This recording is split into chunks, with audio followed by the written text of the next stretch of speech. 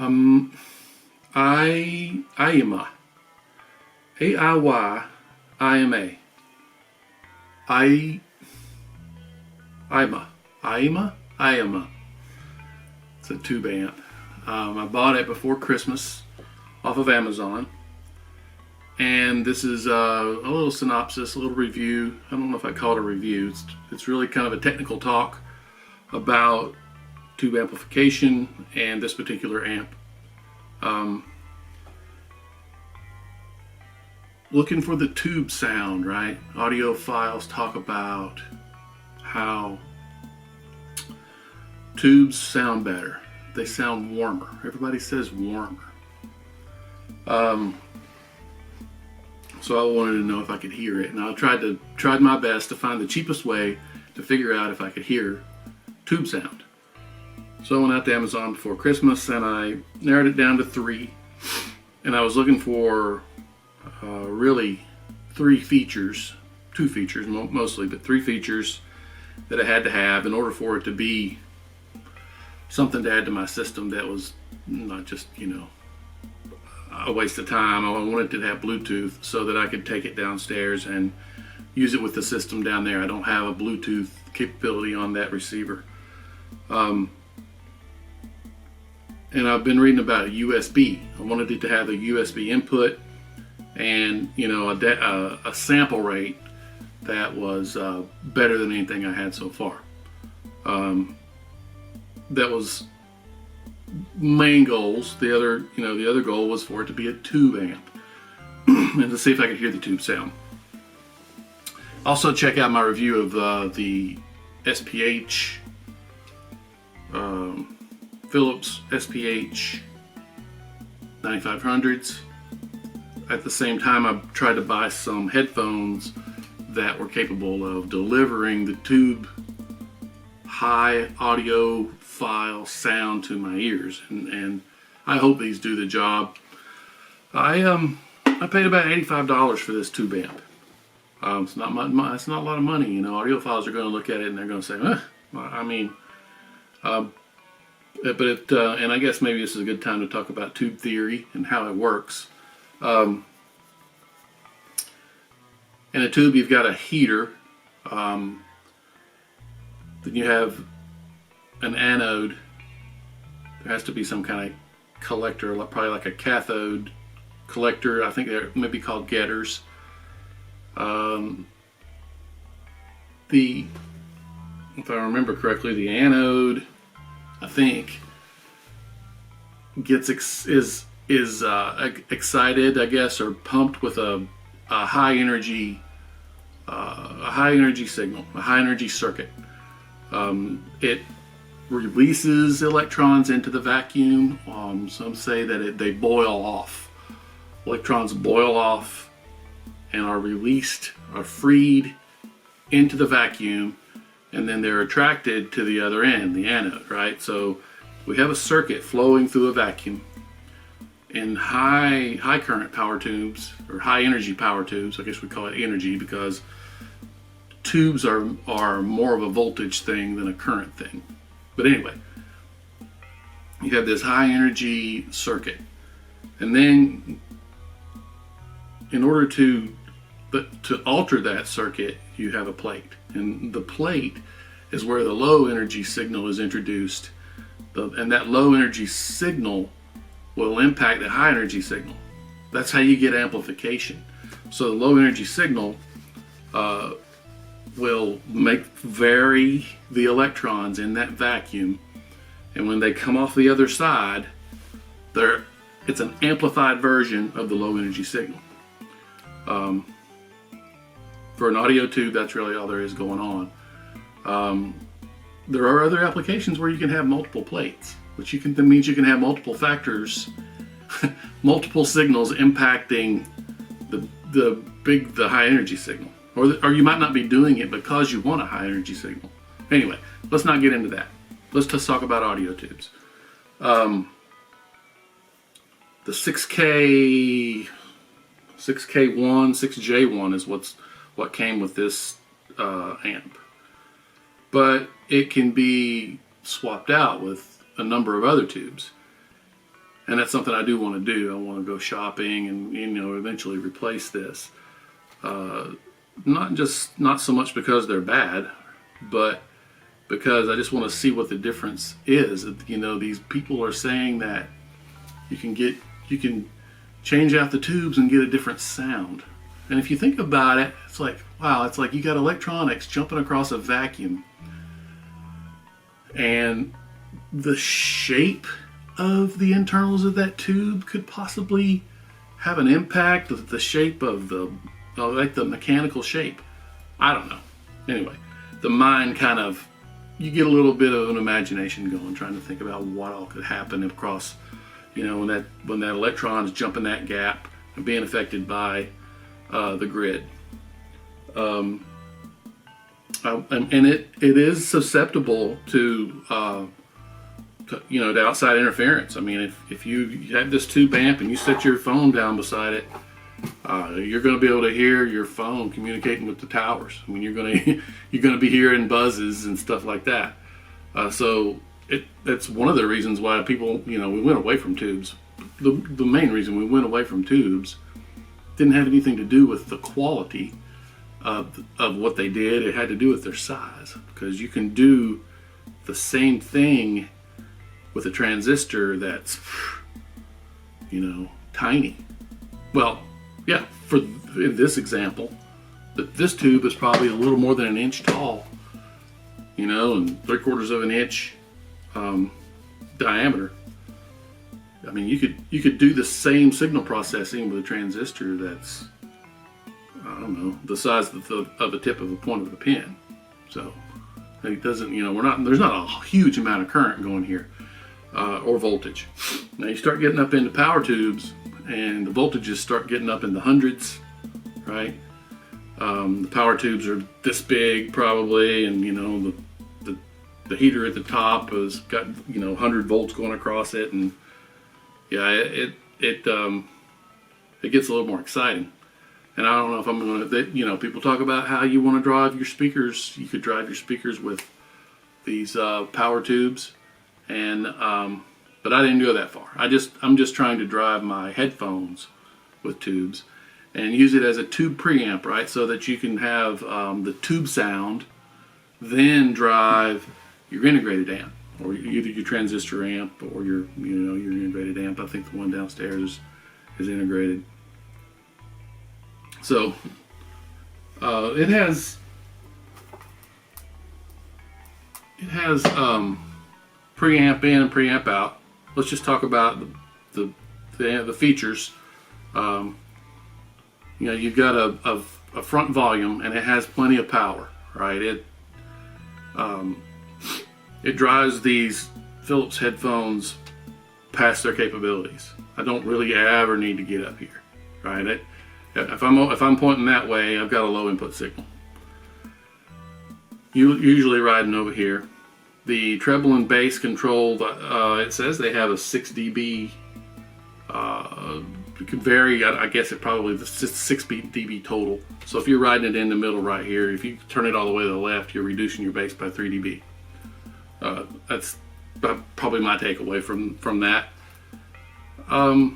It has 3 inputs. Right now we're riding it in the USB mode, so it's coming through this cable from the laptop.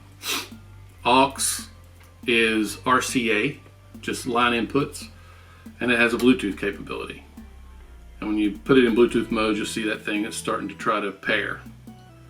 The Bluetooth, well, it paired. Oh, it's probably paired with my phone.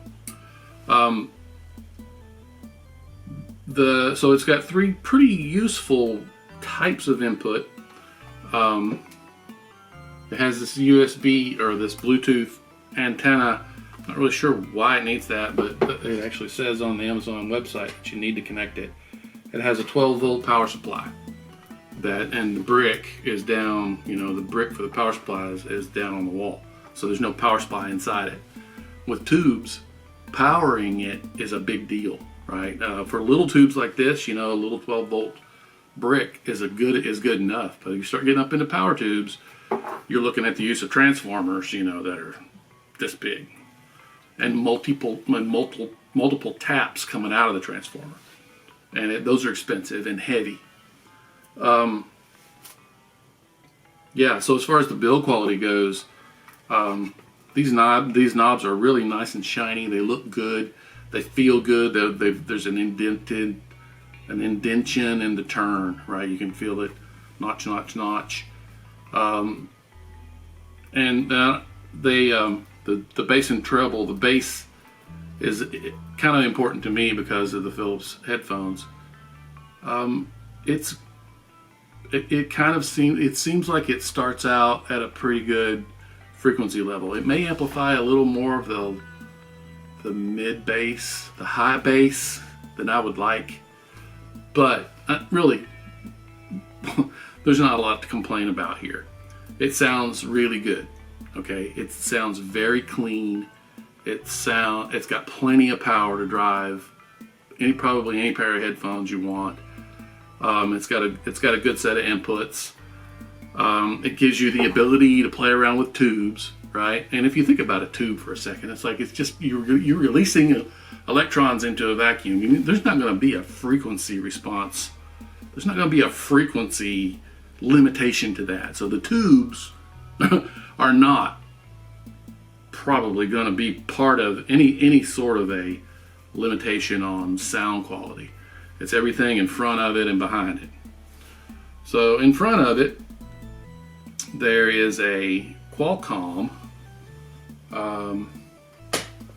There's a Qualcomm chip that they talk about on their website that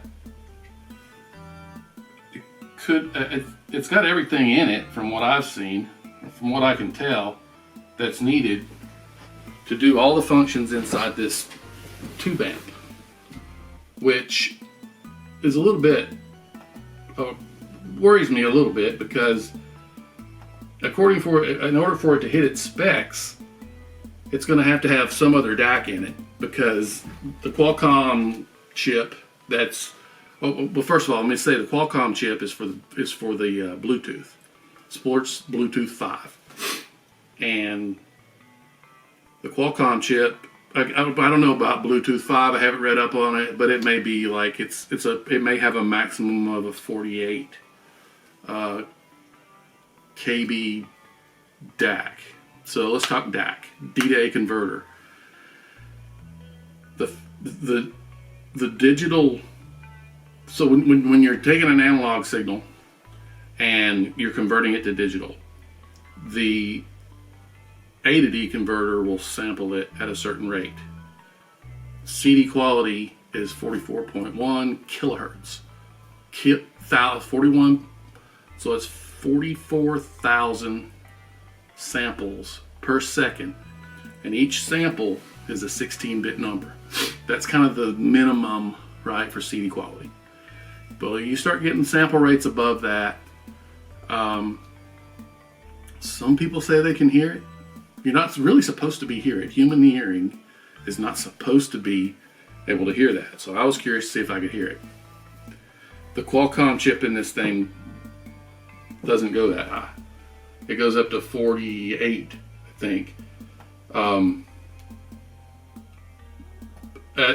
the Amazon website says that it has a USB. The USB input is capable of 24-bit samples at 192 kilohertz. That means that if you first you have to do the A to D conversion, right? And you have to crank out the data at that,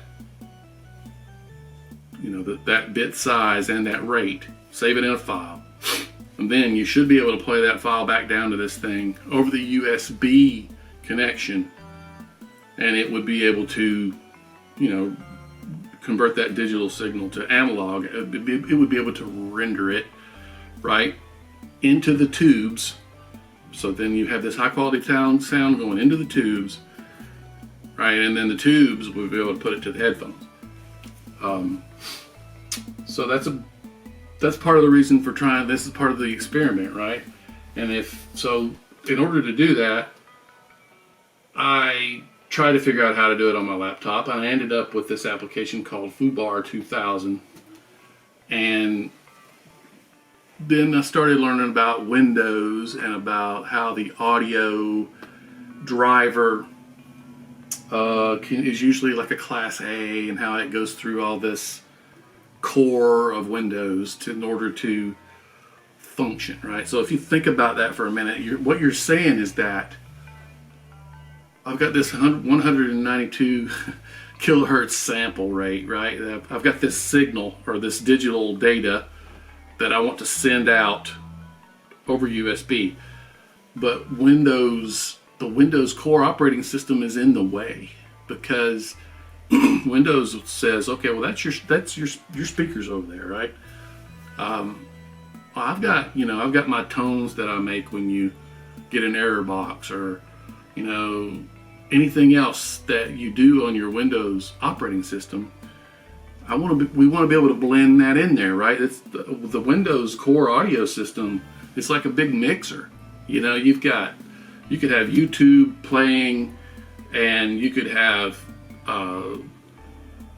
some other source. You could have YouTube and Netflix going at the same time, and you'd be able to hear them both. Well, that's the Windows audio. The Windows operating system is making that work. Now, I don't really know if it combines those signals digitally, or does it must, right? It must combine them digitally. So that would mean that in order for that 192 kb signal to get out to my tube amplifier, Windows would have to like superimpose digitally Windows dongs and dings and not mouse clicks, but sounds coming from the other places in the operating system on top of that. Most people say that it just doesn't do that. What it does is it takes all the signals, I think, probably that it's getting, no matter what their bit rates, and it recodes them to CD quality, probably 44K, 48, 44, around in that, and then that's what it sends to the audio driver. So it all gets combined before it gets to the audio driver, that then can convert it to analog if you're wanting to listen to the speakers on your laptop, or coming out the headphone jack. So those are analog signals. But it's still in front of the USB. Like, so if you turn on USB and you select USB on your laptop, saying I want you to send all the analog and all the audio out USB, I think that conversion to CD quality has already happened in the drivers, and it's going to go, So there's ways to get it to release control, I think, of sections of the audio system, so that you can play a song with foobar, and foobar is in control of the driver in a way where it will send the signal. But that is complicated. The people at foobar will just say, look, you're not going to be able to hear it. I don't care if you have I don't care if you have a headphone amp that's capable of 192 kb sample rate. I mean, you're not going to be able to hear it. And they're probably right. I don't know if I can hear it or not. I think I may have gotten it to send something more than just CD quality out there. But then you don't actually have the one to compare it to, right? It's like, so give me this song at 44 CD quality, and then give me something like 96 or something double that, or 3 times or 4 times that. So I want to know if I can hear it. But my voyage, I haven't been able to go that far. I haven't been able to make sure that my software is doing what I need it to do. And I've got some screenshots of how complex this software looks, and how I'm a software guy. I'm a software developer by trade. I can do about anything you want to do with a computer, and this is vexing me a little bit. But it's all part of the fun, right? Is trying to get it to work. It's part of the. So I guess next thing I would probably want to talk about would probably be the tube sound and ear fatigue. They say that it's warmer. They say that you just enjoy it more. And I've kind of in my mind got the opinion that maybe it that relates to fatigue, what we call ear fatigue, and how signals that are jagged, even though they're, let's say, I don't know if I can hear 20 kilohertz, probably not. 15 I can probably hear, I'm 55. I might have some roll off on my upper hearing, but I think I'm pretty sure I can hear 15 kilohertz, which is really high, by the way. So that sine wave is whipping along there at 15 kilohertz. But because it's a digital signal, because it's been digitized, it's got little jags in it, little bitty squared off edges all around. And could that cause you to get tired of listening to it? Like after an hour or two, maybe, And so the more jagged that is, the sooner your ears get a little bit fatigued and your brain gets to the point where it's like I'm getting a little tired of interpreting this air pressure into whatever it is, whatever it is, and it happens in your brain that makes it music. I'm getting a little tired of doing this. Does it do that less at high sample rates? Maybe. Does the tube somehow round those crags off? Maybe. So I guess I would end this by saying that I kind of enjoy the tube sound, even though if I were to play one beside the other, I'm not sure I'd be able to tell them the difference. I'm not sure I'd be able to tell them apart. Like if I plugged my headphones directly into my laptop, no tubes involved. My laptop converts the digital signal to analog. I run it through a equalizer because I want to boost the bass of my headphones a little bit. And I can listen to that. And then I could run it through the USB to this tube amp. Could I tell them, if I listen to them, put them on, listen, take them off, put them on, and listen? If somebody else were running it, would I be able to tell the difference? Maybe not.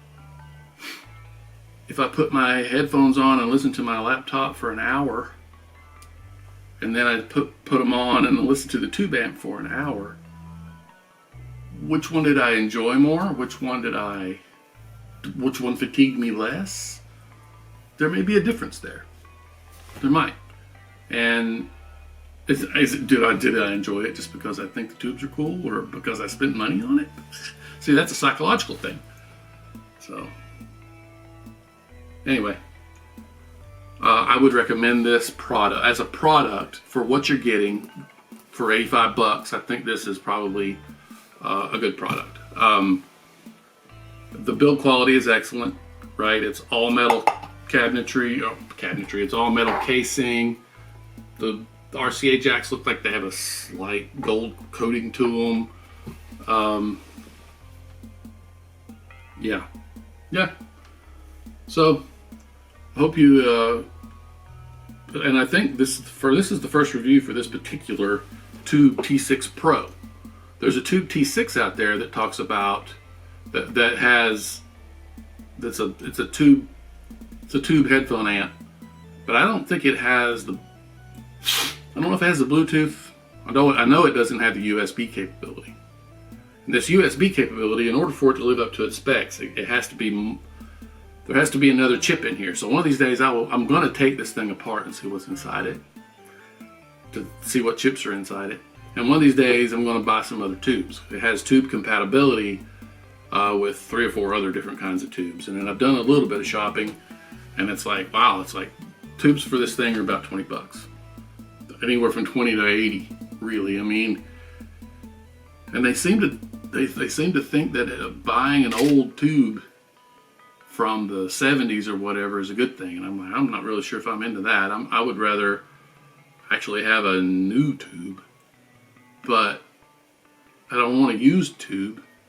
Do I want a old tube from the past that's never been used?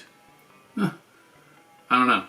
So the whole swapping out of tubes thing is new, and it's, you know, part of the journey. And as I go down this journey, maybe I'll put out another video after I take it apart and swap out the tubes. So, but on the whole, I would recommend it.